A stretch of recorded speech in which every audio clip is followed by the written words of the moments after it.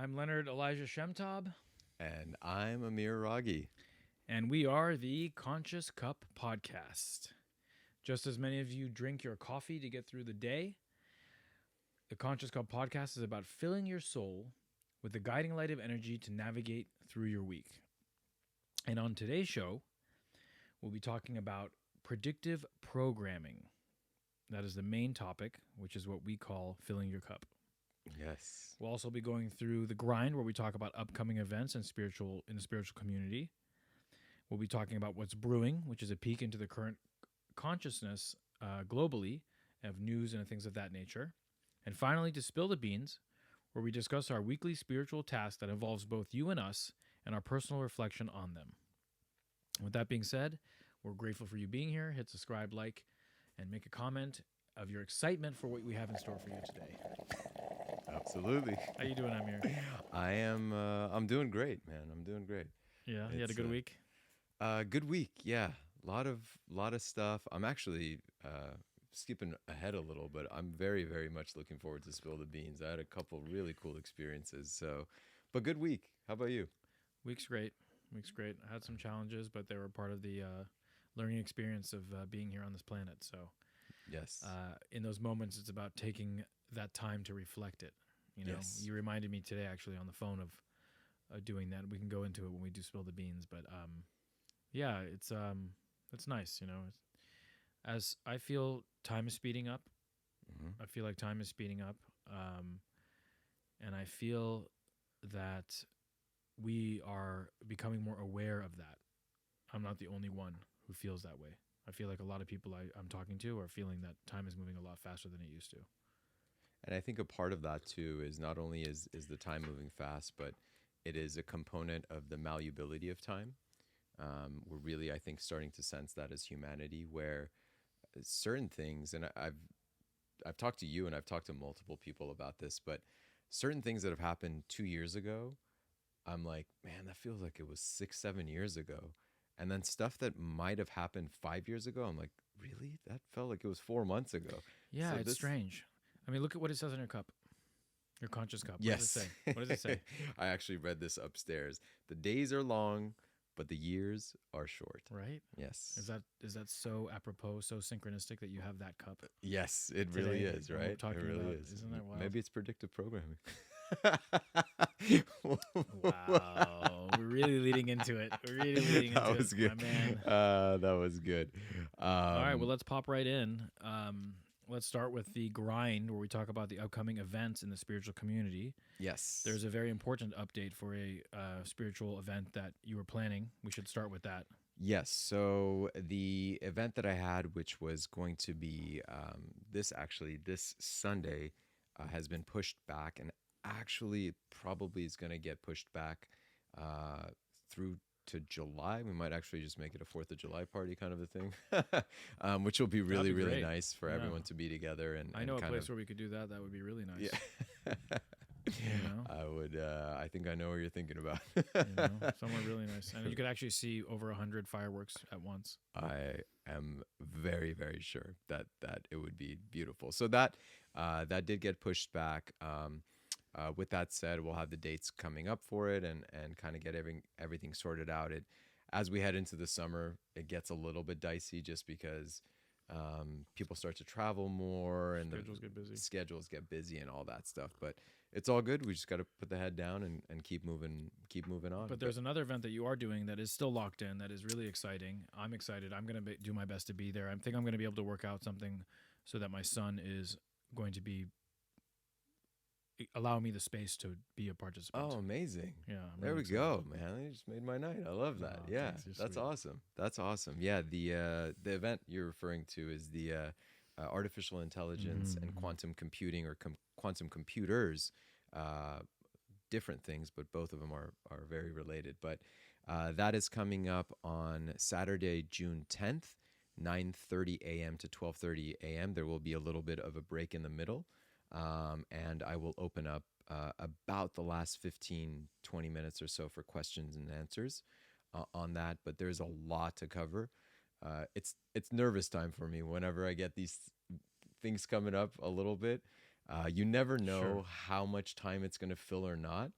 But I'm actually a little more concerned that I have too much stuff and too little time to fill in, which is a balancing act. But anyways, not here nor there, but very, very excited about that. That is coming up. And I know you had one too. That's Well, something that's coming up. yeah, it's a big topic to piggyback on what you're saying about the AI and quantum computers. It's a big topic. It's a huge topic. It could be talked about for it could be a class it could be a whole semester class at MIT, and you're doing a few hours worth.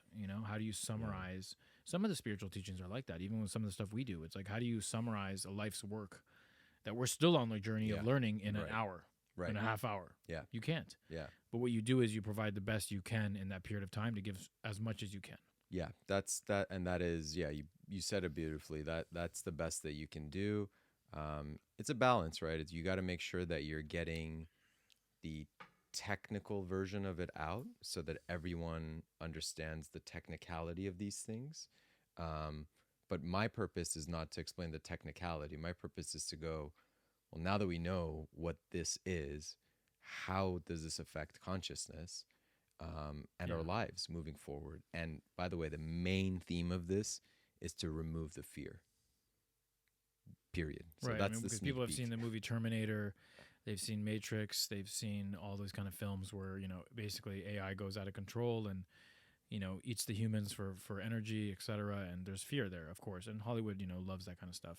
But anyway, moving on from that, there's another event happening at Insight LA. You guys have heard me mention about this place before. It's a Buddhist group in Benedict Canyon, in a beautiful, beautiful setting with trees and lush gardens and all that kind of stuff. And they're doing a program called, it's a single day. It's called The Power of Spiritual Inquiry. I haven't done this. I can't vouch for the teacher or the topic. But the place that they're having it at is a good place, and I've done a couple of meditation retreats there, and I enjoyed both. I enjoyed them. They were good. Is it open to? Is the place actually like? Can you rent it? Is it like open to public in that way? You can't rent it. No, they do events there for themselves. I think the house was given. I think the house was given as one of the people in the Sangha gave the house as a donation to the group. Got it. Okay. And anyway, so this program, if you have interest, it's insightla.org. Go to insightla.org. And it's called The Power of Spiritual Inquiry. It's on June 25th from 10 to 4 p.m. It's a Saturday. And it says, what might we discover about ourselves if we learn to ask the right questions? How deep can the learning go when we move beyond the familiar answers? On Sunday, June 25th, join teacher Justin Dawson and the Insight LA Sangha for a day of spiritual inquiry. We'll use the power of reflective questions to access fresh perspective, ease, and awaken understanding. So that's about it. I don't have to go on and on about it, but it's on Sunday, the 25th, in Benedict Canyon in Beverly Hills. It's $85, and you can find more information out at insightla.org. Amazing. That is, I really like that we start with this because it's always a really nice reminder on the grind that there's just so much stuff going on, right? Yes. Like LA is one of those places where the energy is really unique here. Like you see duality at its almost maximal point. Right. And we don't, the people who live here, by the way, and if you don't live here, that I kind of want to bring it up, is that it is, you see people who are totally asleep, completely in and like physically manifesting and creating the matrix really hardcore. Mm-hmm. And then you see people all the way on the other side who are like completely, they see it, they see through it and all that. And I knew it was really special, but in the past year and a half, I've kind of crossed paths with people who have come from other big cities, either internationally or in the US. And everyone was like, man, you guys have it here. I go, what do you mean? They go, people are so awake in Los Angeles. I go, really? Are you like saying that? They're like, no, it's incredible. Like any night of the week that you want, you find a sound bath. Any night of the week you want, you have these events. And it's such a nice reminder that, we start with this because oftentimes I think we can get into a sense of there's such few people that are on this path, but that's really not the case. There's so many people that are going on, and it's such a big city, and it's so beautiful to see. Yeah, I mean it's like the Costco of cities. You know, we have whatever you're interested in. It's There's good. they have samples. Yeah. You know, there's aisles dedicated to it. There's stuff that you a lot of junk you don't need, right? But people buy it, and there's a lot of stuff that's good too. Yeah. There's even a pharmacy. You know, there's a food court. It's very true. Parking can be a It's bear. very All right, I'll leave the comedy relief By now. the way, are the samples back at Costco? They were.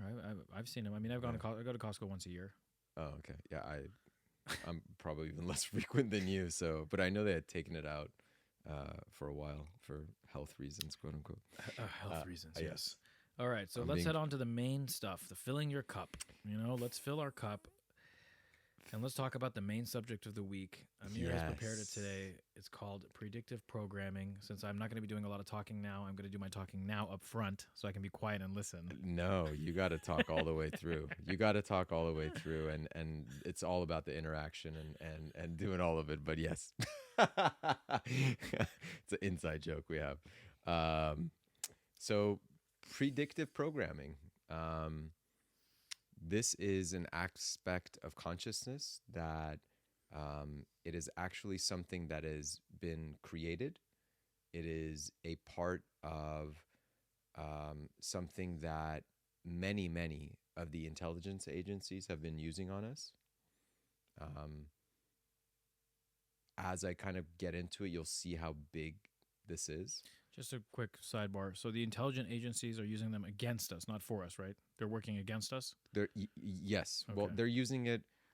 I don't even know if it. Yes, generally speaking, it's against, but really the way to say it is it's for them, right? Like it's for them. It's like their agenda might be here, and maybe we have some crossover sometimes with it. Like maybe something comes, but yes. I got to give you the Robert De Niro face on that. That was a You good say one. maybe. I love Robert De Niro, by the way. He's a great actor. So this is very used. This is being done very powerfully. And I'm gonna I will open this up, but just as an overview, this comes, and this will be another topic at some point. But this is about our, conscious cup diet, right? If we take the idea of the cup and expand it to a diet, a huge portion of our diet is predictive programming. Oh, absolutely. Huge. So, with that said, I will kind of start to just get into it and move forward with it. So, All right. consciousness works on multiple levels. So one of the ones that we often, if not the most, and I would just put it as a tie, but very likely it's the number one, would be visually, right? We use our eyes to absorb the world more than any other sense that we have, by and far. Eyes are one, and the only way I would say that the eyes are even tied is because the second thing that we really use a lot would be our ears. So our sensation to the world are eyes and ears, and those two are by and far used the most, right? Like you don't walk into a room and necessarily smell it and go, I've got it. You don't necessarily walk into the room and take a deep open your mouth and get it. You don't walk into a room and go like this with your hands to try to feel it.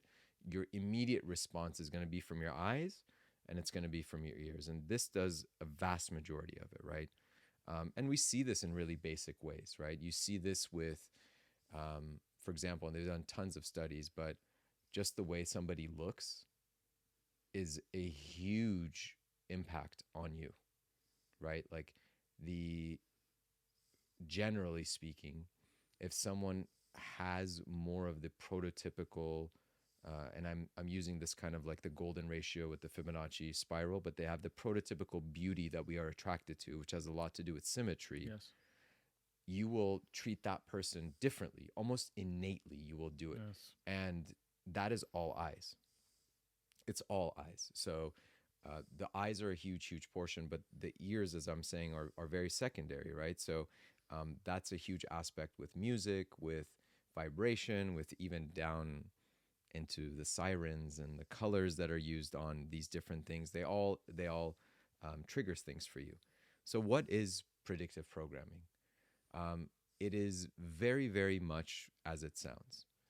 There is a program that is put forward, and that program, as we absorb it as the observer, begins to work within our consciousness. And as this begins to work within our consciousness, what begins to take over is that we start to believe it full on.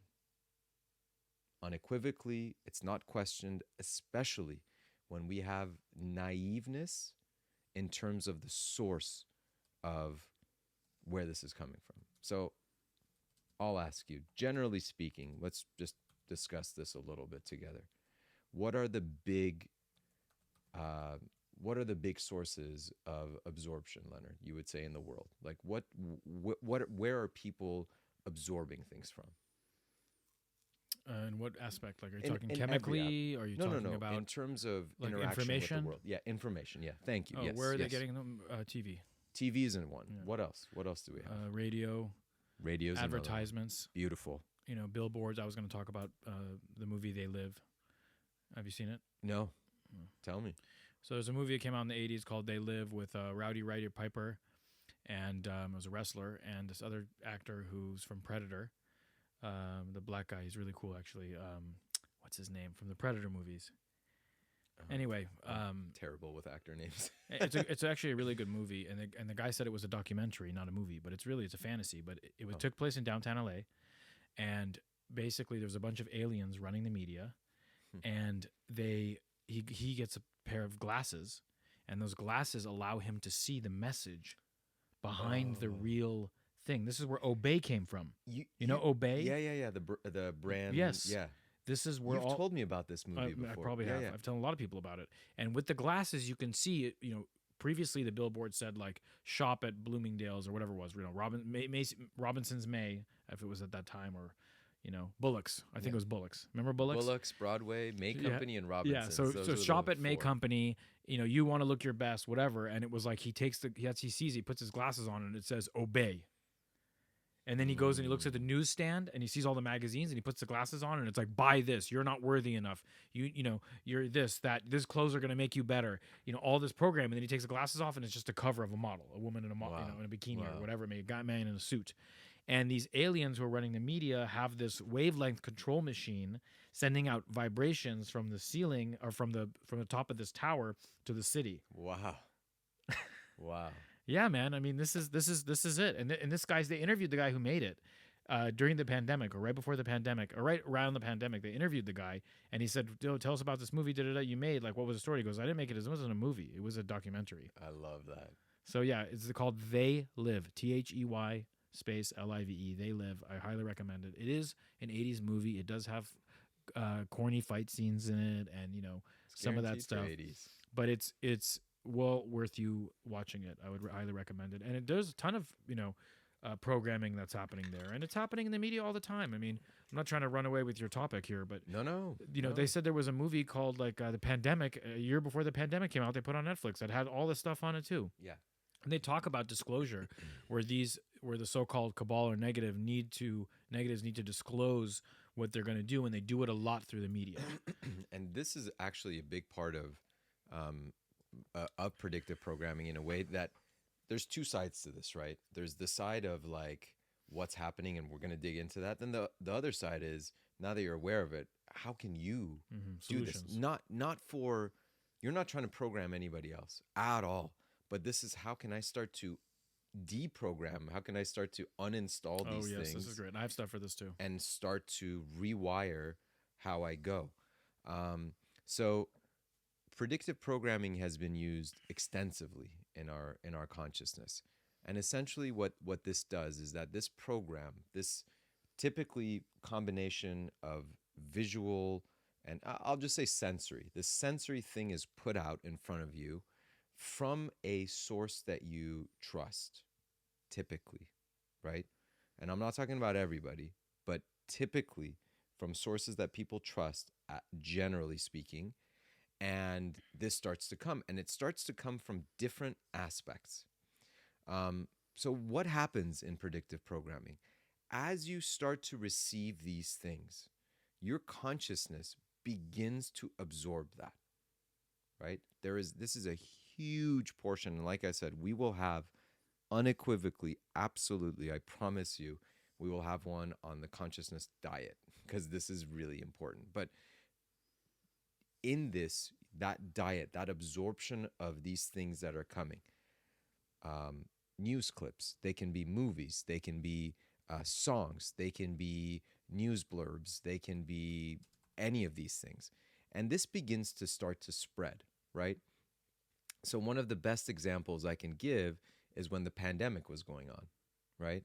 And generally speaking, everybody was getting these things. They were absorbing this information that was coming in.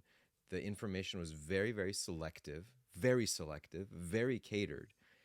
What begins to happen? What happened during that, I would say, solidly through 2020?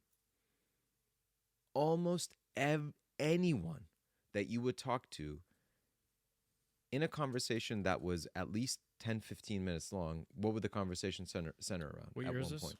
2020. Oh, by pandemic, of course. Immediately, right? So what happens is that when our consciousness starts to absorb it, we also begin to reflect it.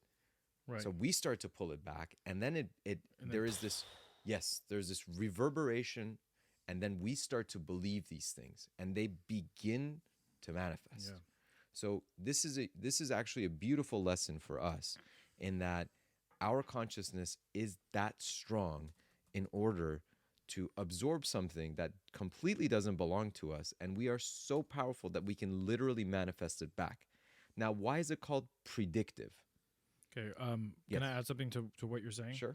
So, when we're talking about the spread of it, right? Mm-hmm. So, Power versus Force talks about it. It can be done in a positive way too, Mm-hmm. right?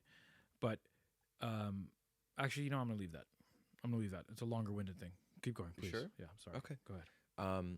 So why a lot of this is, and I think Leonard was alluding to this, that it is called predictive because a lot of the times, a lot of the things that need to be done, they don't have, even with every news outlet, every access, they don't have enough power to create that. They need this to be absorbed by humanity. And when a significant chunk of humanity begins to believe and their consciousness begins to reverberate, and they start to reverberate between each other of this, they then create the grounds. They create the space. Now, imagine I'm going to use farming as an example. Now the ground has been tilled, it's been fertilized, and the seed has been planted. The seed does not belong to you. So you are the ground. You have been tilled. You're fertilizing it by constantly talking, constantly absorbing it. And now the seed that doesn't belong into you, as the creator, as the manifestor, begin to sprout the seeds of something that was incepted into you, that was planted into you, that was given to you. And these things are designed to Absolutely. a T. Well, the CIA had a office in the movie in Hollywood. Yes. There's a movie called Out of the Shadows. Out of the Shadows. Yeah, Absolutely. Out of the Shadows that you can watch. A documentary from a former stunt guy. Phenomenal movie, by the way. Stunts for Batman, I believe, and many big movies. He was in the industry for 20 plus years, and he noticed how they were doing things, and he got out because of it. And he made a documentary about it, showing like the programming, how they would do stuff. I mean, doesn't even have to be in Hollywood. I mean, the live example is just a surface of what everyone's trying to like. Everyone has a desire. Not everyone. Let me take that back. Companies, certain people, and many people have a goal or desire they're trying to achieve. They have an agenda. It could be simple as, I want to make enough money to pay my rent, and to do so, I need to sell this clothing that I have. It could be I'm a pharmaceutical company and I want to sell these drugs. That's right. And as a result, they're going to act on it and do things, sales campaigns, advertisements, all these things. It's like an attack on your consciousness. Yes. It's a full-on attack on your consciousness, and they're aiming at changing the way you think about yourself and the way you think about others. Yes. And they want to create buzzworthy things, and the news is really good at doing it. Is they create this clickbait stuff and buzzworthy things so that you can spread that gossip. I mean, they've talked about it before. Like, gossip spreads so much faster than like a positive thing. Like, a negative thing about someone spreads so much faster than a positive thing. People are interested in this kind of thing. And if we're not careful, we can get caught up in that so easily. And, we're going to talk about solutions in a little bit. Amir has a bunch of stuff to say about it, and I have some stuff as well. But there is an attack on consciousness. Yes. And it's almost daily. Yes. It doesn't mean you have to participate in that. No. But it's out there. Just be aware that it is out there. Yes. And you can see it on your TV. You can hear it on the radio. You can see it on the internet. You can see it at your local supermarket. Absolutely. At the newsstand. Yeah. And it's happening everywhere. Even when you watch a football game on Sunday, even when you open a menu, it's there. At the restaurant. Yeah. And the beauty of it is, I think, as you become more and more aware of it, you get into this just more of an observation, and you start to see, like, man, these people are talking about stuff that doesn't even matter to them at all. I know. Like, it is what's the flavor of the week, right? And so the biggest culprit of this is news. But now news is spreading into many, many different outlets with regards to social media. However, there's also a really big bright side to this. So predictive programming is essentially this. I just want to make it really concise. Please. It is something that is put out purposefully in order to program you to believe something. And when that reflection in space is opened, then the collective consciousness will begin to manifest this. That's as simply we saw that as simply I can put it. with COVID. Yes, Of course we did. So I'm gonna go through COVID. I'm gonna give you Or CD, some. I guess we'll say. Yeah, I'm gonna give you some real great examples for you to go and look at. And by the way, Leonard and I don't want to sit here and tell you a lot of the weeks, if not every week. We want you to go do your own research. Of course. Do not trust us on any level. I really genuinely mean this. Please go do your own research. Please use your own discernment. We are bringing topics up to spread light, for the vision to open, and for us to begin to drop these beliefs. So don't listen to anybody all the way. Do your own research. Go find out. Let your curiosity go. Just be open. Receive. And the answers deep inside. 100%. If you sit quietly, right? If you sit very quietly and quiet the mind, you'll know the answers. You can do your research as well. Listen to us if you want or not.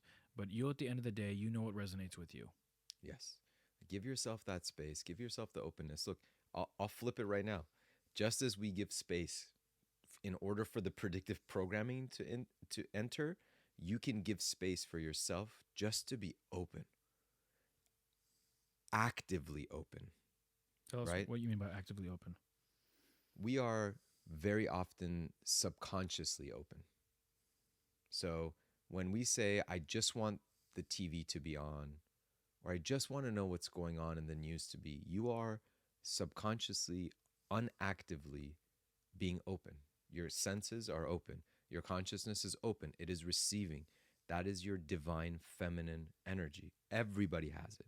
It is your receiving energy that is getting this, and as it's getting this, it is absorbing it, and it is moving. What I'm saying is that if you can actively, therefore, stay open, especially to things that really resonate with you, like you said, the gut intuition, whatever that is, to allow that to then absorb and purposefully absorb, then it starts to change. Right, and the diet thing is exactly the truth. It's like my spiritual teacher always says that it's more important, not necessarily what you put in your mouth, but what comes out of your mouth.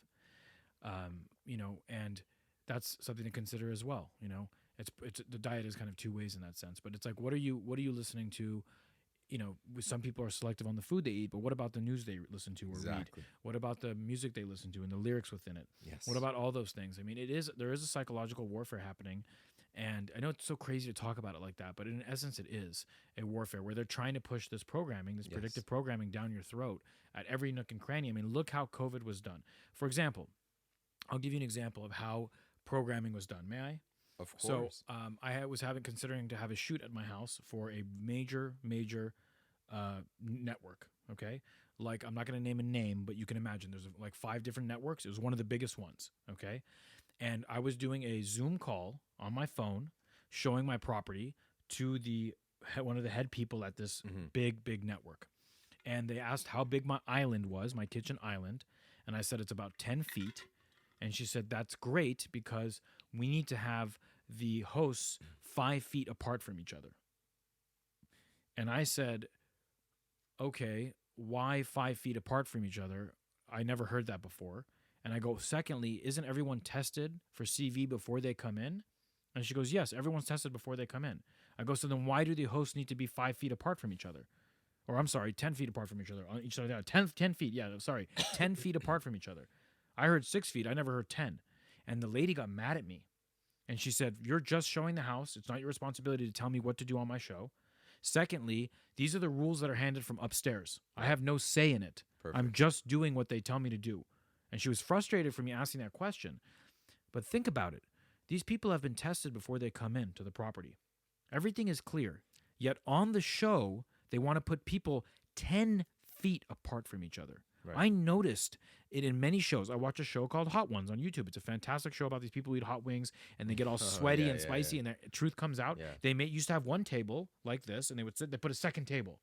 See, everybody was doing this programming that you can't be too close to anybody else. Even on TV, we need to stand 6 feet apart. Even though they've been tested. There's no logic there. They've been tested. But they want to send out this programming that people are dangerous and you should be stepping away from people, not be so close to people. Interaction, just human interaction. See, that is predictive programming on the nose. Yes. Right? And I saw it directly when I asked questions specifically to this huge network about it. How did it make sense? And even that person didn't have an answer for me. And listen, the reason that person is frustrated is because they don't get answers either. And they hit these walls, and it's time for us to be courageous. It's time for us to ask the questions. There's nothing wrong with that. And not participate. Yeah, just don't participate. I don't participate in the programming. And I looked, like you said earlier, you look at it and you see it for what it is. You have eyes to see. When you see the double table, when you see they're 10 feet apart from each other, when you see the basketball team sweat on each other. They're playing 5-on-5 in a bubble where they've all been tested, and they're tested every day. Okay, do you guys remember the bubble NBA? They were in a bubble in Orlando, Florida. They couldn't leave. Okay, they're tested every day. They're sweating on top of each other. Have you ever played basketball or watched basketball? You're breathing down everyone's neck, and then when they go to the bench, they sit 6 feet apart from each other and wear a mask. Yeah, it's so. Look, I mean, it's just a joke. That's the predictive programming. Is that when they're sitting down, they sit 6 feet apart from each other. Again, I saw it for what it was, so I don't buy into it. And the predictive programming, the depth of it is that humans are dangerous. Your interaction with another human is dangerous.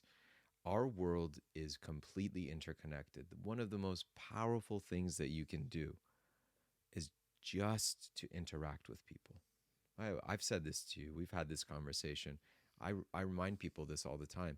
When you see somebody who's homeless, one of the most powerful things you can do to them, so long as they're not in an altered state of mind, meaning if they're taking some sort of narcotics or they're really, really drunk or whatever, slightly different scenario. But one of the most powerful things you can do to them is look them in the eyes and just say, "How are you?" It is incredible when you make that eye contact with these people, because for once they're recognized. And that would be a great spiritual exercise. Yeah, it is. It's a really powerful thing. And by the way, I'm just using the homeless because they're so neglected. Yeah. But people just, when you're shopping, when you're walking, look people in the eye. Hey, how are you? I promise one of the most amazing things to do is to give somebody a compliment. Hey, I really like that shirt. You literally just walk by them, right? And not want anything from them. No. People think if you're nice to someone, you want a date out of them. You want something from them. That's why I'm saying you literally like walk by somebody and just be like, hey, that's a really nice shirt. And you keep going, just straight, keep going. Right, yeah. The craziest thing will happen. That person, every single time they see that shirt and they're going to put it on, they're going to be like, people like this shirt because of you. And there's some predictive programming. Yeah. In the positive, right? In the positive. That's the other aspect of it. So I do want to bring up a couple examples of this predictive programming that's happened. the pandemic was one of them.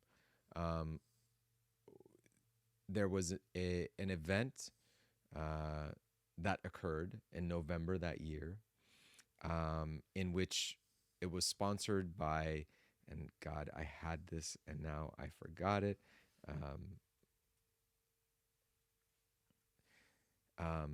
So there was a event that went on. That was I will find this in my mind. I should have written it, but it happened in November of 2019, and I think it was Event 201, if I'm not mistaken. Yes, it's called Event 201 that occurred in November. Guess who was there? The Soros Foundation, Bill Gates, and all the pharmaceutical companies. Can you guess what they did in Event 201? I would say sacrifice some child. Not quite. Oh, They, I'm just kidding. By the way. yeah, they actually, we'll get to that in the news a little. They went through an exercise of what would happen if there is yes. a global pandemic. Yes. They wrote a paper on it too. They did an entire event. You Yes. can literally go pull this up. I Event went and looked 201. at there was a blue document, the blue on top. It was like 20 pages. They explained all the things that's going to happen and what they're going to do at the airports. Everything was a huge thing. Everything. Yeah. How do governments respond? Yes, What's yes. important? What are what do they call those? Was it Standard like the operating necessary? SOPs, standing operating No. procedures. What do they call those? The jobs that you had to, like, there were certain jobs that Yes, they're called. I forgot now. If you were a what do you call it? Worker essential. Essential, yes. If you're an essential worker, which, by the way, isn't it funny that the essential workers were all like the people making minimum wage? They're essential to our lives, but everybody else who's making boatloads of money. I just try to tell the bill collectors that hey, you're not essential. Yeah, sorry. I'm sorry I can't pay you. You're not essential. Banks are very essential there. You have to pay the banks. But anyway, so Event 21, perfect example. 201, a perfect example of it. But what is resoundingly, look that up, by the way. yes, please look up Event 201. You're gonna start to see it was a plan. A lot of this was scrubbed, by the way. It's still there though, but it's still there. You will find it. The craziest one with regards to the pandemic was actually, and it still gives me the chills because I really, really loved him so much as just you just grew up with him as an idol of sorts, being a huge Laker fan. But the day that Kobe died, these are all really symbolic things that occurred that day. The day that Kobe died, Kobe passed away in late February 2020, almost a month before the shutdowns happened. I thought it was January 21st. Was it January? I thought it was the end of January. I could be wrong. Whatever. Anyway, go on. So that day that he passes is also the day of the Grammys. January 26th. January 26th. Thank you. I was a month late. So late January. So this is right about, like I said, this is about a month and a half, 2 months before the shutdowns really begin. I think, if I'm not mistaken, it was March 19th in LA when we started to actually shut down. So that same day was the day of the Grammys. Why am I bringing this up? Kobe Bryant is a hero. Like I said, I even was getting a little emotional bringing him up. He was a hero for many people, many people, right? Not only to LA, but just internationally. He was a African-American hero, probably even more so of a hero to that group of people, right? Just demographically speaking, than others. The Grammys pops up that night. So you have a hugely devastated portion of the population. The two biggest winners of the Grammys that night were Billie Eilish and Tyler the Creator. Billie Eilish, please go look all of these things up because you're going to think I'm making this up. Billie Eilish shows up to the Grammys with a black mask on. Okay, you have to kind of erase the last 3 years and realize the only time you would see masks on people's faces were surgeons. That was it. There was nobody else who wore masks, like, ever, right? Or it was like some biochemical, company who needed actual N95s or respirators, or else you would never see people with masks on. So Billie Eilish shows up with a mask on that day, a black mask, by the way, dressed in all black, and which is just a very, very bizarre look. She's got a neon green hair Yes. up to her forehead, and then it goes black, and she's wearing a blackish mask. And yeah, Very, very bizarre look, right? Very, very bizarre look. Billie Eilish and Tyler, the Creator, sweep essentially the Grammys that night. I think between them, they won, if I am not mistaken, I believe they won 7 of the Grammys that night, which is gigantic. Tyler, the Creator, so she shows up with a mask. She's the biggest winner. Tyler, the Creator, on that night, his performance is a mob of people, including him, rioting through the streets, and everything is starting to burn around them. Let's pull back and look at 2020. What happens? March to April, we begin to start seeing masks. The biggest winner of that night was wearing a mask. Do you want to be a winner? Do you want to be the one who is right on and gets everything and is the one who gets it? This is how you do it. She's young. She's popular. She's the best. She's influential. Follow that lead. These are how these things work. Tyler, the Creator, African American, on a day that an African American idol dies, he shows up in his. He was in a hotel bellboy outfit. Yeah, and then he switches out to like a suit kind of a thing. And by the way, the floor, I love it because the floor is this. Bless you. The floor is the black and white tiles, which are infamous for the Freemason and more so Luciferian agenda that is behind it. So think about it. What else happens in 2020? Do you remember where I'm going with this? Tons of riots. Because of BLM. What happened? What was the cause of that? The death of George Floyd. George Floyd, yeah. So somebody all of a sudden who became a symbol, an icon, is killed, causes frustration, causes a racial divide, and what's the solution? Riot and burn things up unequivocally. That's how the frustration needs to come out, and it needs to be a division. So that's basic predictive programming on this stuff. The other one I want to quickly touch. Hold on now. If you look at his outfit too here. Oh, he's in a full, You see his outfit? He has one black leg. Yes. One white leg. Yes. And another picture, it's based on the coloring. It's one red leg, one yellow leg, but his pants and his jacket have 2 colors. It's division, showing the duality of it. Exactly. And in this picture with the lights on, it looks black and white. Like he's wearing one black pant leg, one white pant leg. Yes. Which is further division and duality. These are just some symbolism. Division and racial divide, right? This is just symbolism. And this is not the first time we've seen these in the awards. Sam Smith just did a performance that looked like a seance. He wore a devil costume. It legit was. Everyone was in red. It was in a circle with the symbols, the devil symbols on it and everything. And people were like, I talked to some people who were like not privy to this kind of conversations. And they're like, oh, that's just in right now. And I'm like, that's just in right now? I'm like, it was a full on like Luciferian seance. By the way, who creates what's in? That's the other question. Yes. That's part of predictive programming. Right. The other one that was really, really powerful is you will notice that in the late 90s into the early 2000s, we start to see an extreme amount of what? We start to see an extreme amount of airplane hijacking and airplane hijackings that start to run into buildings. Some of them involve things that are in Washington, D.C. Some of them involve things that are in New York. And let me guess, their passports were intact. Well, everything burned. Everything burned, but the passports, somehow, the paper passports were intact with names and pictures.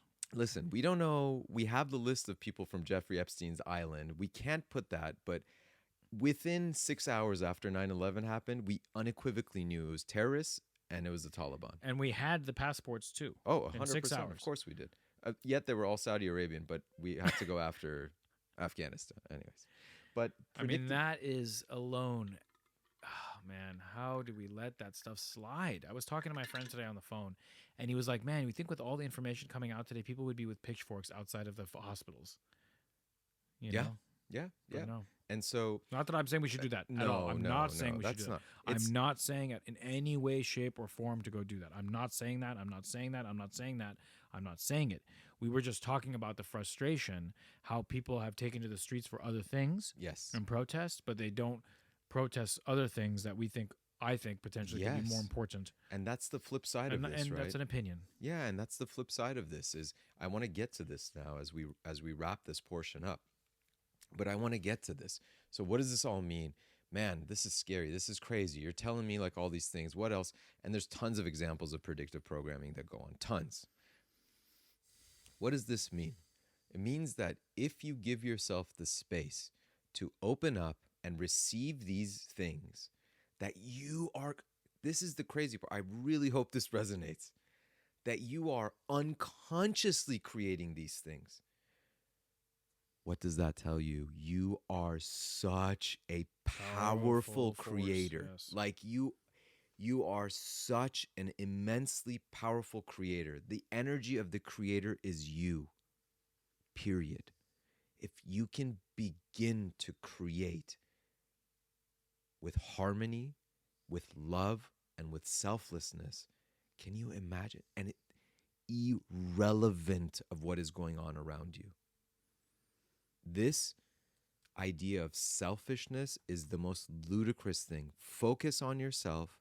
As long as you create everything, just listen to this. As long as you create everything with love, harmony, and selflessness and joy, you think that's a selfish thing that you're sitting there and just creating for you? No, because if you're creating that, the entire fabric of consciousness starts to radiate at that level. Right. And I really want to hammer this home. You are that powerful that you have been able to receive these things implanted within you, and you're manifesting them unbeknownst to you. Imagine how powerful you can be once you start to actually go there.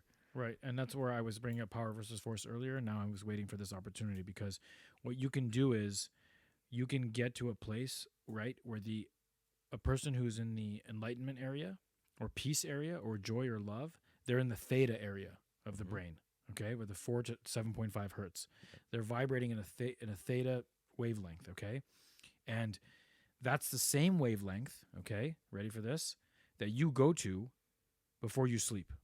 Yes. Your brain tends to produce theta waves when you're sleeping or dreaming, and they tend to occur when you're drifting off into sleep, okay? Here's the hack. That's the time the windows open into the subconscious. That's the time your windows open in the subconscious, okay? Again, I'm going to explain that briefly. As you're drifting asleep, okay, before you're out, your window is open to your subconscious. This is how you can reprogram yourself. That's right. Every night for the past 4 years, I listen to affirmations as I go to sleep. Beautiful. They're 1 hour long. I just put them on, okay? I put them on a moderate volume, and I just fall asleep to them. That's right. And I let it play. Right. It will end, and I'll just keep sleeping. I take advantage of that window, that brainwave length. Now, you can also get into that brainwave length through meditation. Deep meditation, yeah. Yes. And if you do it right, like what we're talking about, you can go to this pure Tao of service, this area between love and enlightenment, where your mind is in this theta area. Now, the top is delta, right? But you can go to theta area by vibrating in that place. Yeah. Power versus force. You can read it. It's a kinesiology thing. It's awesome, and it's really, really powerful. This sleep thing is really powerful, Leonard. I mean, you know, I do meditations. I do guided meditations every nice once in a while. Very nice. And I purposely do this. That I do them late at night. I do them about 10 o'clock, right. And I tell people, like, whatever it is, if you sleep, wonderful. Go into bed and just listen to this. And if you go to sleep, who cares? This is not about you. Like, if you can stay in it, wonderful, because then you can extend it. But even if you fall asleep, it's really powerful because that energy starts to go through you. So right. you have these things that are there. I want you to take advantage of them. And the last thing I'm just going to kind of put forward, and this is, again, out of the shadows, but I want to bring up another aspect of predictive programming. Your original response was what? You said one of the biggest sources we have is television. So think about the breakdown of television. A vision, generally speaking, when we say this person saw a vision, it is supposed to be a very divine, sublime moment. Wow, I just had this vision. What does television mean? It means it is being what? Given to you via this vehicle. What is on TV? Programs. Channels. Think about this in spirituality in terms of the language that we use. It's so important. So now a vision is being broadcast to you, right? Through this thing that has channels. Now think about it in terms of spirituality. When we talk about a channel, it is somebody who is bringing information in that is from another source that is channeling out. The channels then on television have programs. Who is watching the program? Yes, that means we are being programmed. And they call it as it is. They say it as it is. It has to be. That is a part of the rule of creation in a ways, is you have to spell it out. You have to bring it to manifestation. You have to bring these things. Event 201 has to come out in order for the consciousness to absorb and for the plan to be physically put out in order for the vehicles to begin to carry this out. So this is, again, don't feel bad if you are not watching the news or know what's going on. Just remember, when you are watching that, you are being programmed. One of my favorite sayings, if you are getting something for free, you are the product. Yes. You are the product. Nothing in this world of capitalism and greed is free. If you're getting stuff for free, run. Like, period. Yeah, the two things to watch out for: free and for your protection. Yes. So, anyways, but remember this. So here's what we can do to be aware, or what can we do to offset the programming that we're talking about, the predictive programming. Be aware of what you're absorbing. Be aware of what you're absorbing. Be conscious to what is in your diet. Be so to speak. very, very aware of what you're absorbing. Go back, do your own research, see these things that have happened, and become aware moving forward of what the collective is, and be that ray of light that doesn't counter things, but that provides a space for openness, that provides a space that, as Leonard said when he talked to that producer, hey, why is this happening? And you can just come from an empathetic place. Don't even push it. Just let that person kind of percolate with that idea. It might cause them issues, which is fine, but it's at least opening up space. The other part then, to proactively get into it, is you begin to start to program what you want. Begin to become aware and do this with vibration and not things. It's okay if you want to do it with things. It's okay if you want to do it for the wonderful watch that you want to have, or the suit that you want to have, or the house. It's okay. There's no judgment in it. But what is really powerful is for you to begin to program yourself within vibrations. Listen, let's just use one. If you're in the vibration of joy, does anything else even matter? Everything becomes joyous. Whatever you're wearing becomes that suit. Doesn't matter. So begin to start to program yourself via vibrations, and you are that powerful. This has been used against you. It is time for you to reclaim your sovereignty and start to create that. And use it for yourself. Make it for yourself. And also you can do the reprogramming I talked about through your meditation, through the affirmations, through new experiences that open up new synapses in the brain. Yes. Right? And change the way you think. Yes. Explore. Things take time. Things take time. It's not going to, you're going to feel better by doing the stuff we're talking about, but give it at least 3 weeks. Yeah. After 3 weeks, you're going to feel like a new person. But you got to detox from all this stuff. Yeah, really. And you will start to have withdrawals, right? Like people have this even with their phones. Sure. You start to see people get squirmy, when there's time to be quiet and they want to get on it right away. And then you see it, like you know this, but we go to Mount Shasta every year for a week. And by day 3, usually, no one even touches their phone anymore. You've literally let go of the addiction, and now you go, man, this is what life is about. Right. There's no TV, there's nothing. It's all interaction between people, through love, through energies, through all of that. Sounds amazing. And it's really beautiful. But that hopefully we filled your cup up with a good little topic. Good job, Amir. Great No, job. that was really really cool. So we will move on to what's brewing. I think you got one for this section. So what's brewing? I have a preliminary topic that we can bring up. If you want to bring up. Yeah, I'm happy to bring it Okay. up. Nothing is confirmed or not. This is just this is a news thing. You know how the news is. We just talked about this. It's not the end all be all.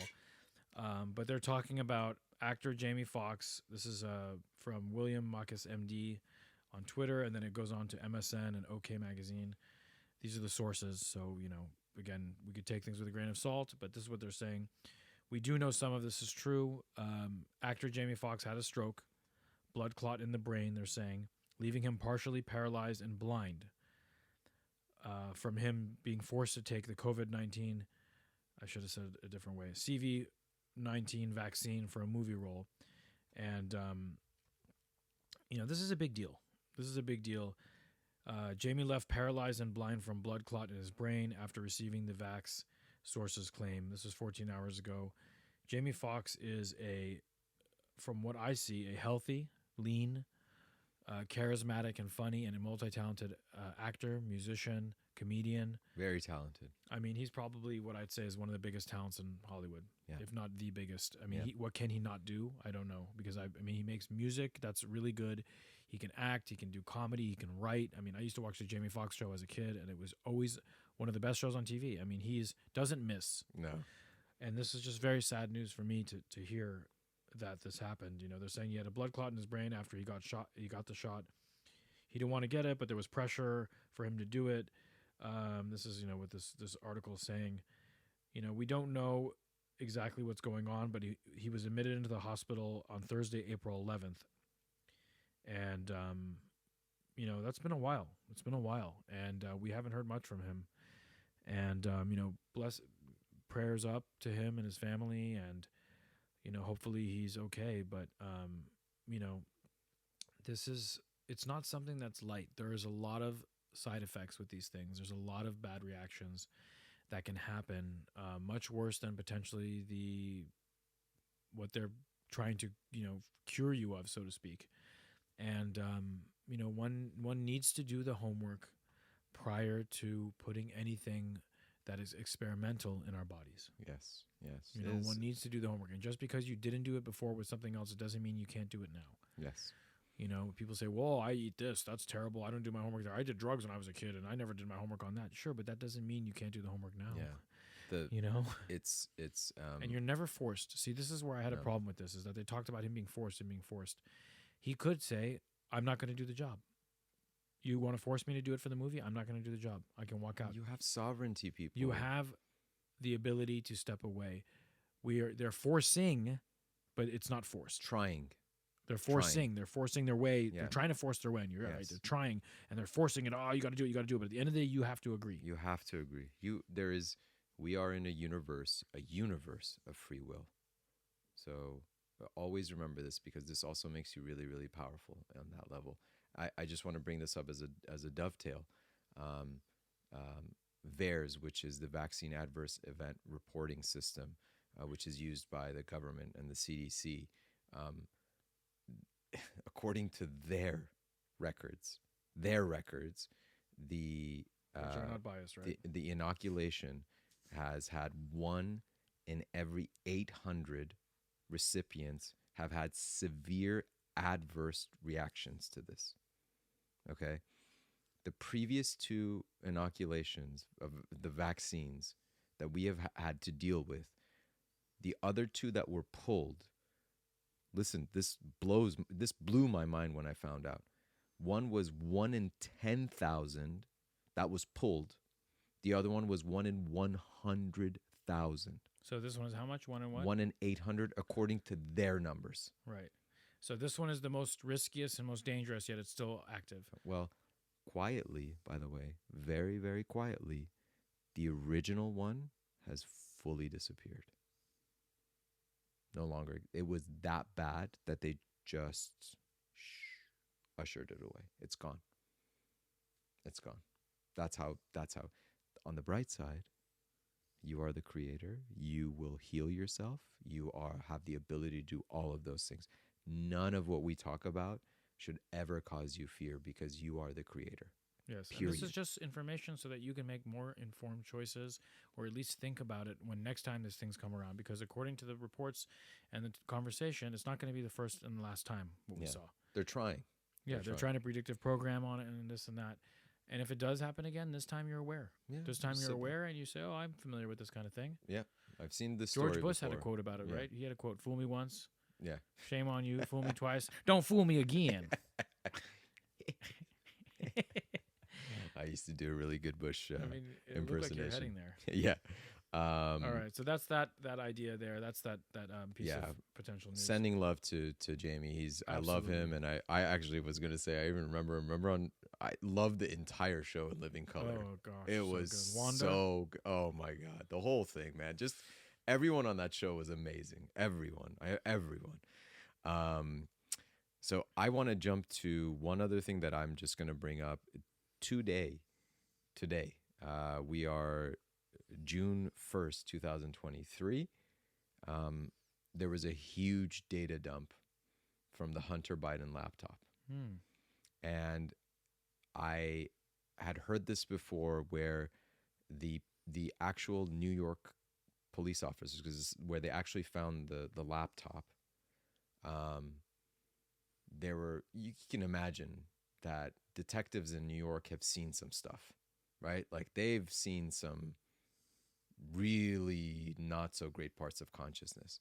That they said that the lead detectives who saw this laptop and what was on it literally would have to take breaks physically because the stuff that was contained on it was so egregiously horrific. Like what type of stuff are we talking about?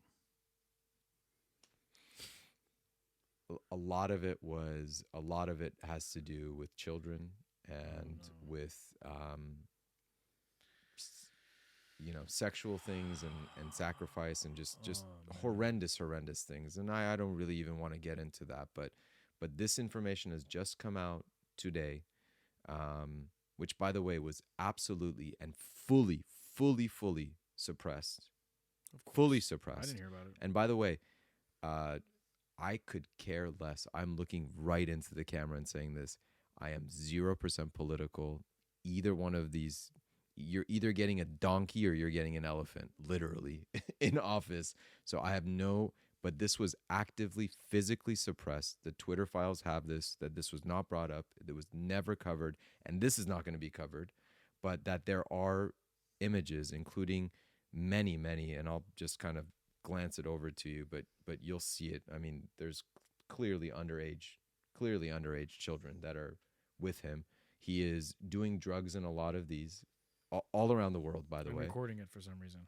And this is the guy who got this massive contract from Ukraine. He's a consultant, right, for a oil company? Huge contract for Ukraine. This guy who has nothing to do with anything. The one that... It's called nepotism. Yes. The one that's very, very interesting, and I love the symbolism of this, is there is one photo that has been published now from his laptop with Malia Obama's credit card with lines of cocaine cut, ready to go. And isn't it wonderful that the credit card that was used was none other than J.P. Morgan? Just full circle, right? Full circle. So these things are out there, people. I mean, this is stuff that is going on. The more we are aware of this, the more we are aware of this, just be aware. It doesn't matter. They're all involved in this thing. We are so powerful. With Amir is finally coming to my side of town. I'm just saying though, you got to remember too that Hunter Biden is doing this. Love you, bro. Biden is doing this because there is fear, there is separation within them, and we do not get back at them with fear and separation or hatred. You have to, as difficult as it is to see some of these things, we have to use empathy and realize that nobody would do this without having that part within them. So if they had love, more love, and our truck was able to receive that love, they wouldn't have any need to hurt anybody. We all of us. yes, so that So is send them up. love. Send them love. It's there's nothing on this that we need to expand, but this is going on.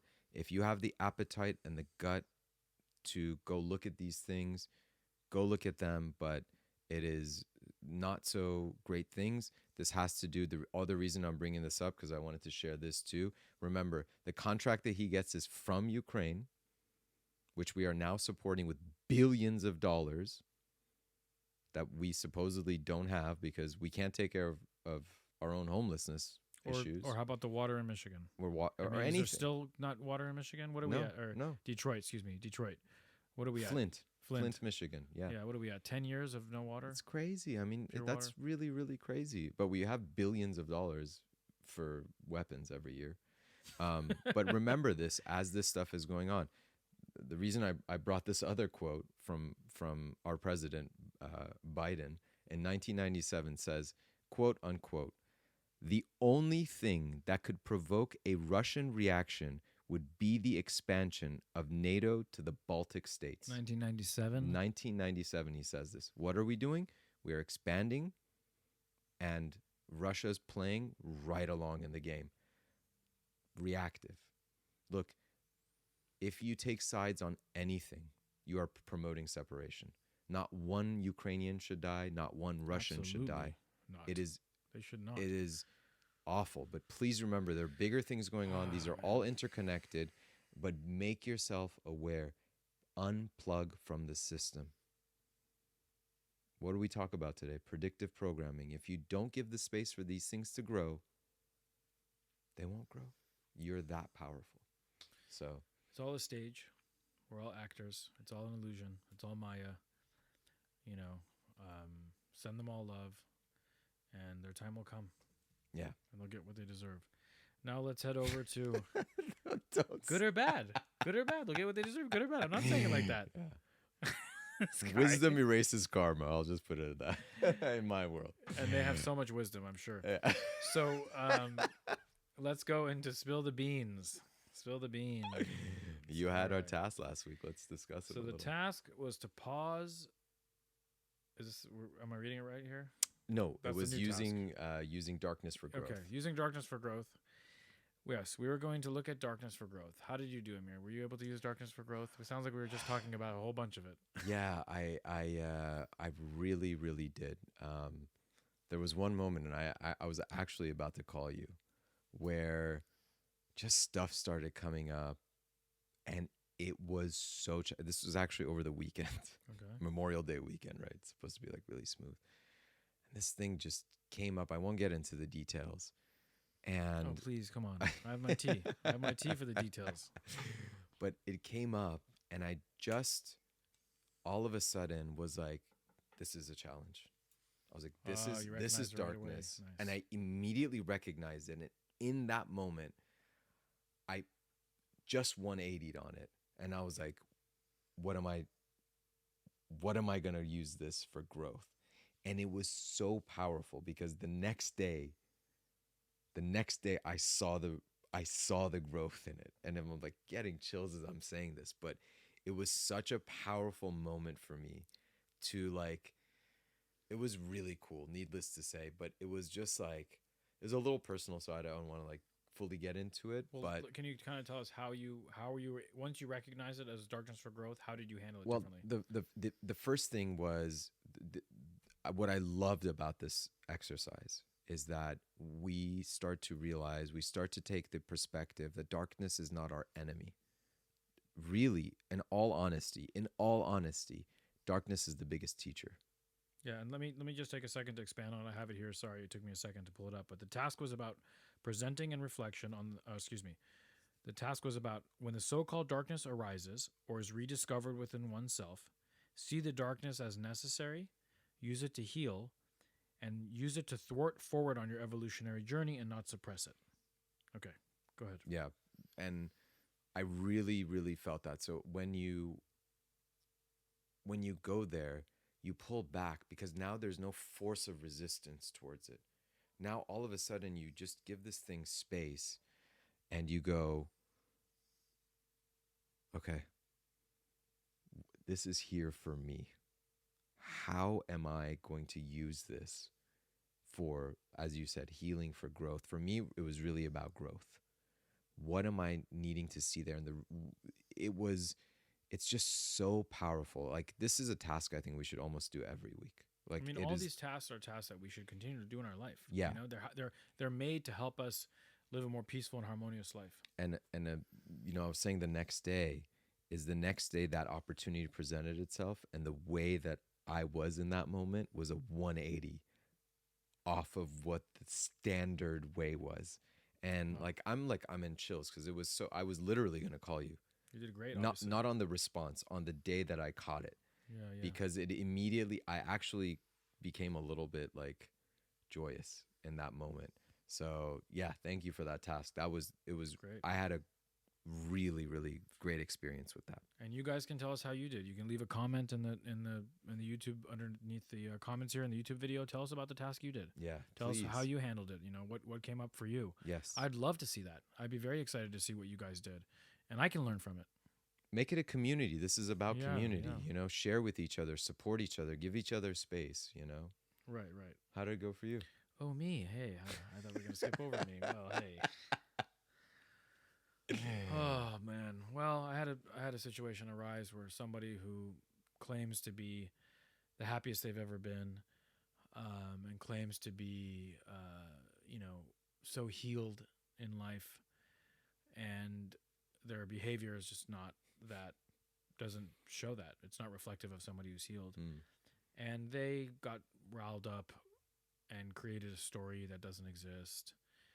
I mean, completely doesn't exist. And what I like to refer to as a pseudo reality, fake reality. It was preposterous. It was impossible, actually.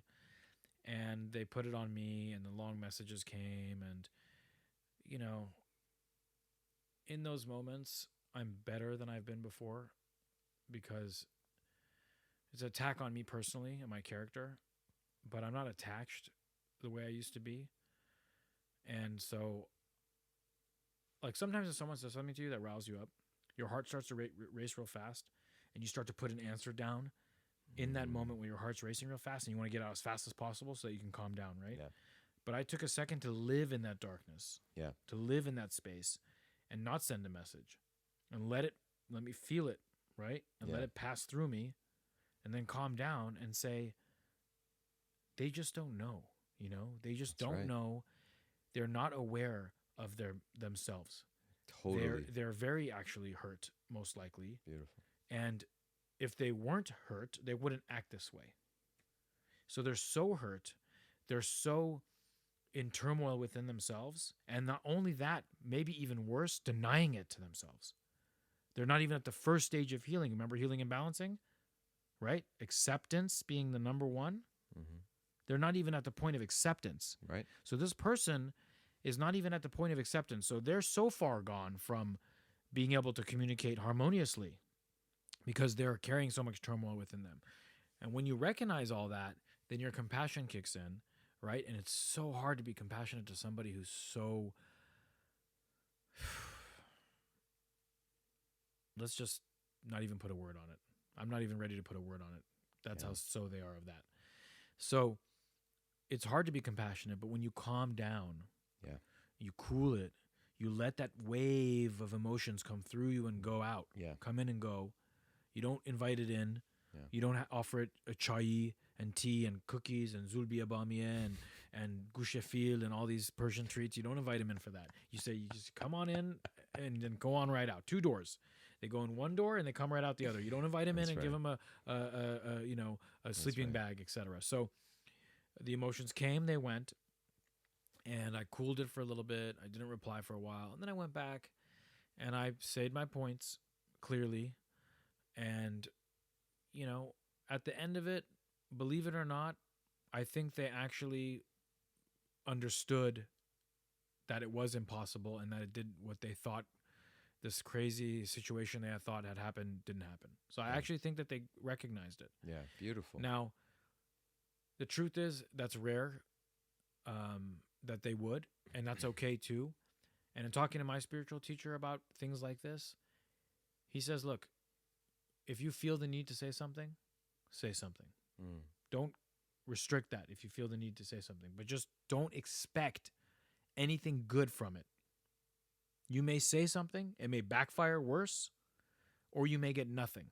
If you're okay with those two things, send it. Because behavior patterns usually for people who are in turmoil stay the same. Right. Doesn't mean they can't change. Of course they can. But when they're in that tumultuous place, they usually stay the same. So the message isn't really going to be received. Most of the time, that's why I said most of the time I don't get a resolution, because that person doesn't want to hear. Their emotions are too riled up. They don't want to hear it. Look, I'll even expand something for you. Hopefully create some new space. But the more you also detach from that person not having that space, the more you can actually start to create a potential for them to start stepping in that space, right? Because those are things we repeat to ourselves, right? This person is so damn lost, they're so damn gone, they're so damn this, they're whatever, that we start to realize, hey, wait, I'm a creator too. Let me create a space for them too. Let me start to change the perspective but on it's them. not, it's like I still did it with the expectation that there is a space, Yeah. that they could heal and they could read these messages properly, you know? Because I'm not going to go, also, I'm not going to spend that much of my life and time on adjusting all this stuff and figuring out a long plan to handle it. It's not worth it. It's a made up circumstance this person made up in their mind, and I'm only going to give it a few minutes of my time, and that's it. And really, that's it. And that's all I did. And I moved on. But it was a very interesting example because I thought about it. Because, like you said, it was like the universe was like, let me see how you handle this test. Yeah. Let me see how you handle this test. And when you take that perspective that you are the universe, it totally changes the game. So anyway, that's my beans have been spilled. I love it, man. Well, that actually leads into the task for this week, which is a little more lighthearted and a little bit cool, but it is a little bit of this looking at it as everything that's occurring is you to you, right? Like this is, let's see if you're that strong. Let's see. I like the gym analogy, right? Like, oh, you lifted 5 pounds. Let's see if you can lift 10. Let's see if you can lift 20. So this goes on and on and on until you also break out of that pattern. But the task for this week is it's a fun one. It's almost one I can guarantee you that you will at least do once a day. Like when I called you this morning. Oh, no, not. Mine has to do with a pause in front of a mirror. Oh, okay. Okay. Now, I'm going to encourage you to do it in front of every mirror that you see. Okay. Every reflection, in fact. Let's just take it one step further.